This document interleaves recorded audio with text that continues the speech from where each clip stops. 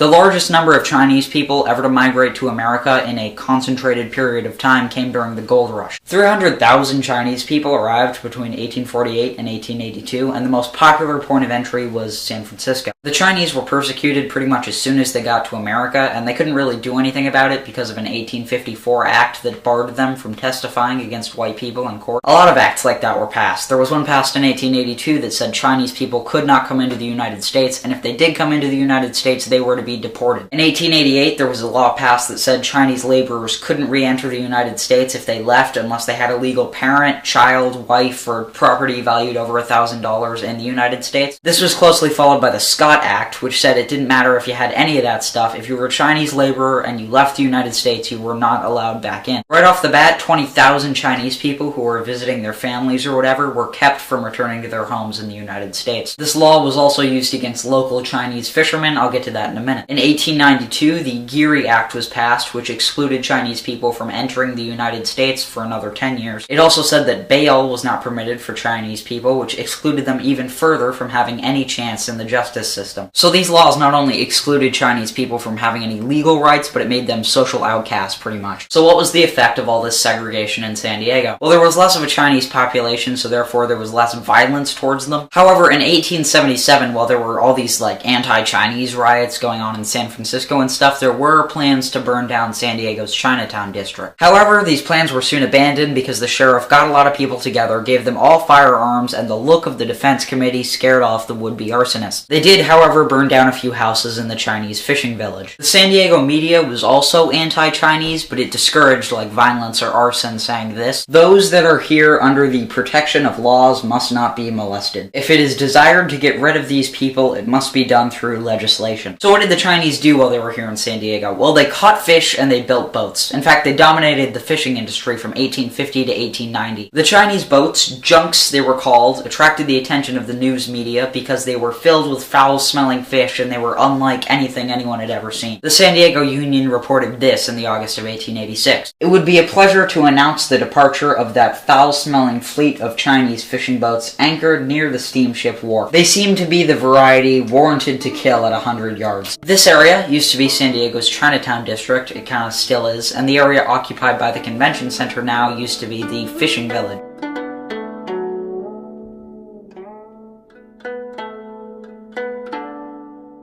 The Chinese industry was hugely important to the economy. In the mid to late 1800s, the Chinese were providing all the seafood for all of San Diego. The Chinese would go out on their fishing junks and they would just come back with massive amounts of abalone. Abalone are shellfish that look like this, which they would sell locally or ship to San Francisco for $50 a ton. So with an industry so big and hugely important to the economy, how did it die? So I believe I mentioned earlier the 1888 Act that excluded Chinese people from re-entering the United States after they left for any amount of time. At first this law didn't affect fishermen because they weren't classified as laborers, but the 1892 Geary Act redefined fishermen as, quote, anyone taking, drying, or preserving shell or other fish for home consumption or exportation. So this seems pretty easy. If you're a Chinese person, don't leave the United States. But for the fishermen, it was not that simple. See, for the fishermen, if they passed a 3-mile point, they left the United States and they entered international waters or Mexico or whatever. So if they would go out to fish for a day, go past U.S. waters, and then tried to come back into the country, they weren't allowed. Naturally, the Chinese fishing industry pretty much died out. A lot of Chinese people looked for other opportunities on land, whereas lots of others just went back to China. So rewind, before all that stuff happened, the shipbuilding industry was huge with the fishing industry. The boats I mentioned earlier, called junks, look like this, and they were usually made out of redwood with